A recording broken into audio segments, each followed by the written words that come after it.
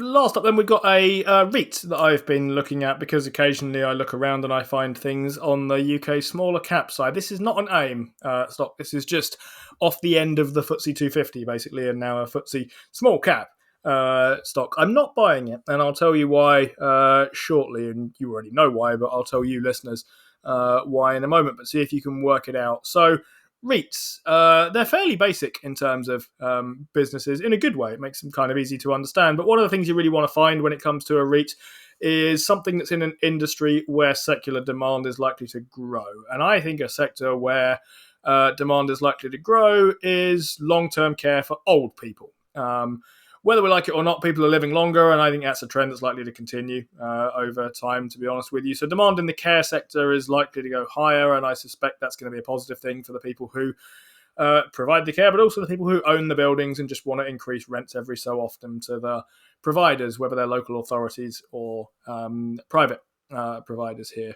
So Care REIT, which is something I've been looking at this week, has 140 of these care homes effectively, and they're sort of they're spread around the country, but they're mostly concentrated up towards the sort of northern end of it. So Scotland and the northwest is where they have their biggest kind of collections of buildings, but more elsewhere as well.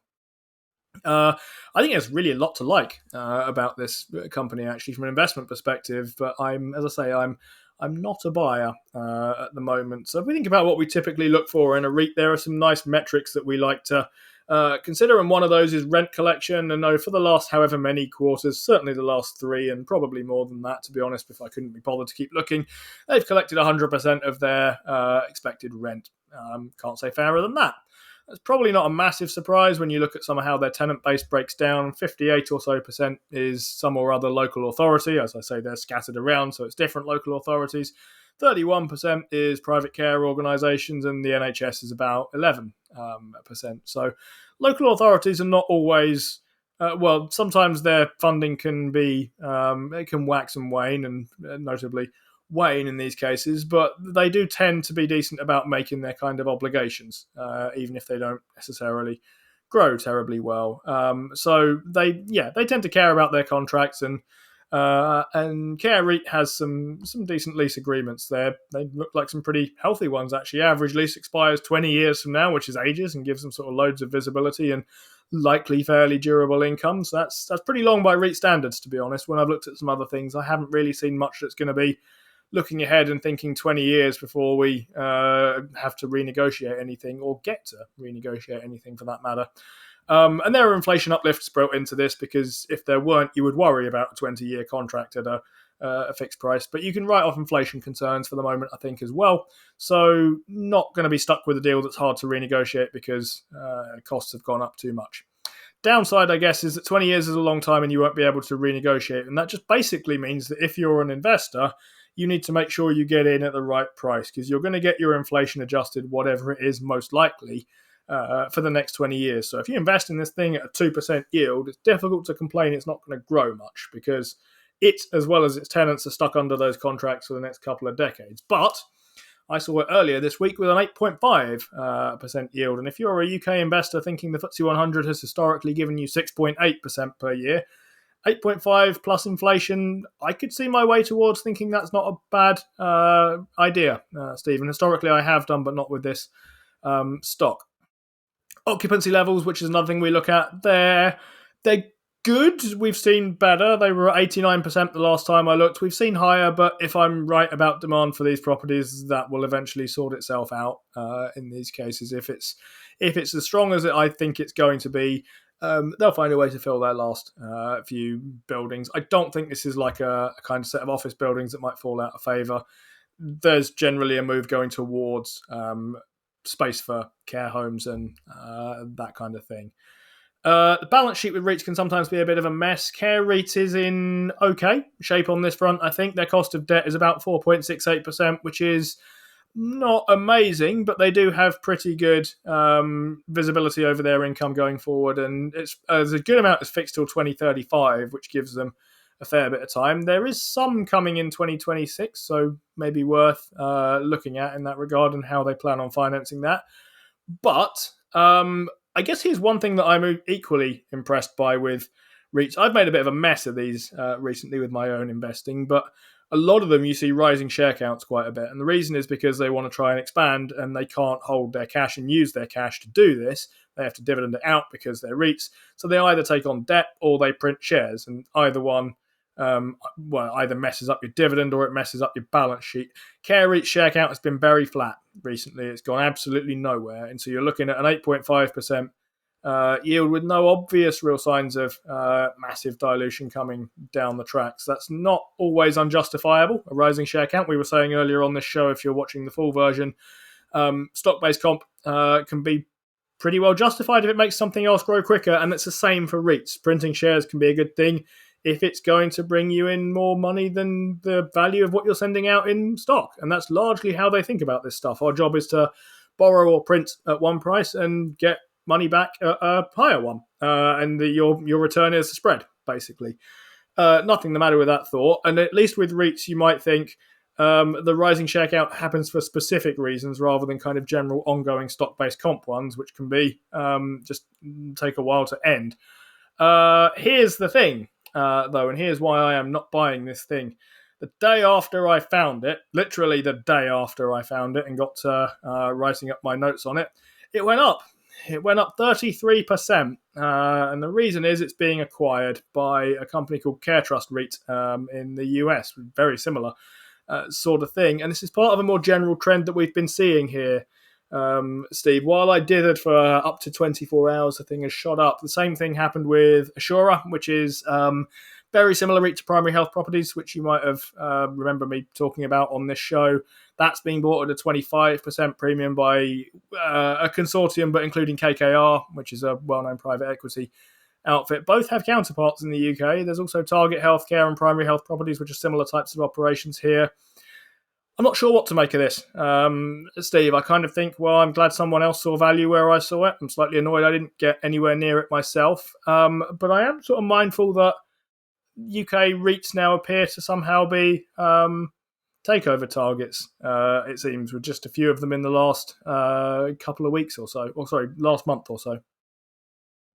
Yeah, it's an interesting one, Steve. To be honest, I'd never heard of it before. You pointed it out to me, and had a pretty interesting tenant base as well. It looks like it's quite well spread out between. I mean, your automatic assumption would be that this is vast majority of.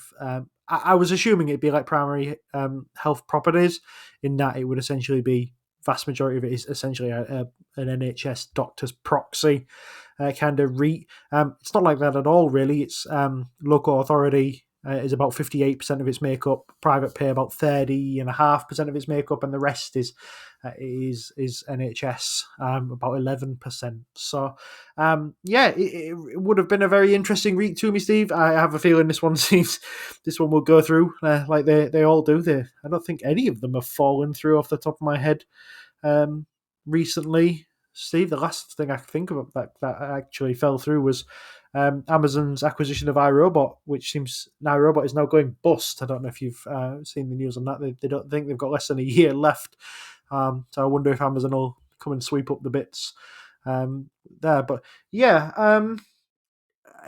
I always feel sort of sad about things like this, Steve, because it's another thing leaving our markets. I don't think it's going to make a huge dent in the market, but these are UK properties in UK hands, and it would have been nice to keep them there. It is a bit sort of scary to me that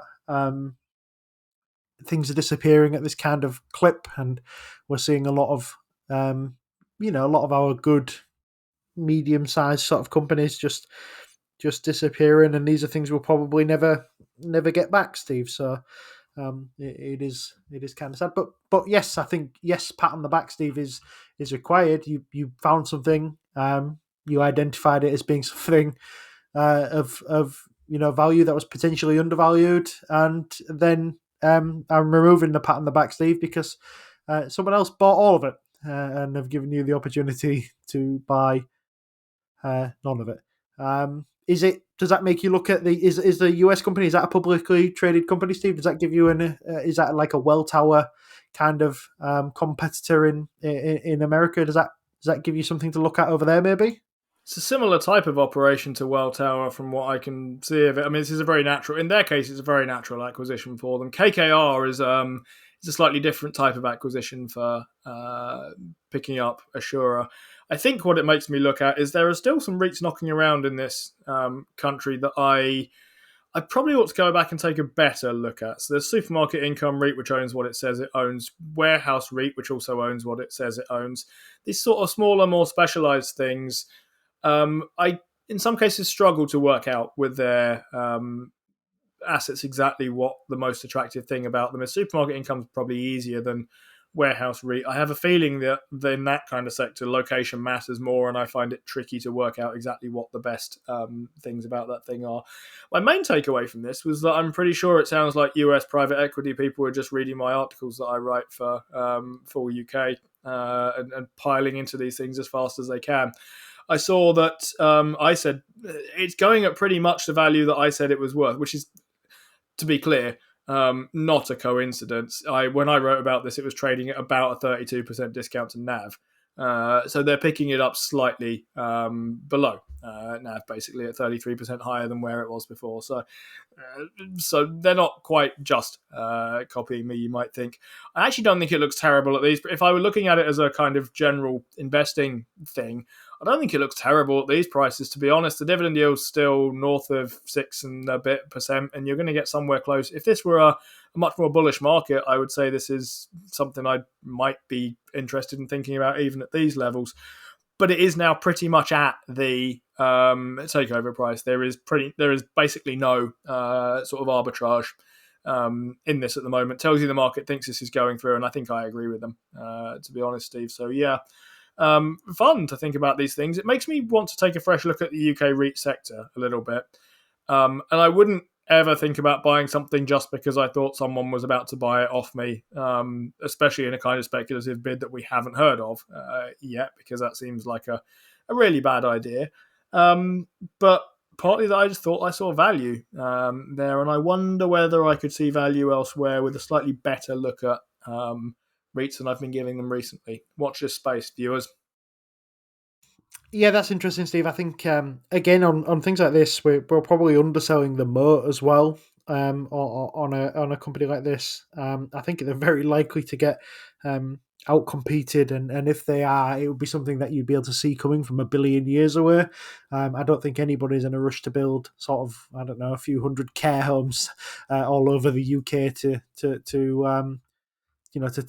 take away this company's, I think, 138 care homes to take away this company's market share.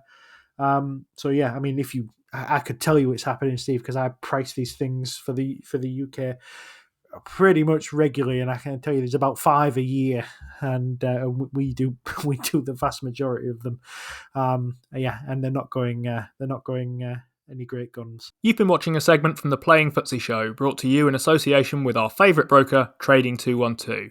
For the full version of the show, check us out on Spotify, Apple, or wherever you get your podcasts. And if you open a new account with Trading 212 using the link in the description, there's a free fractional share in it for you.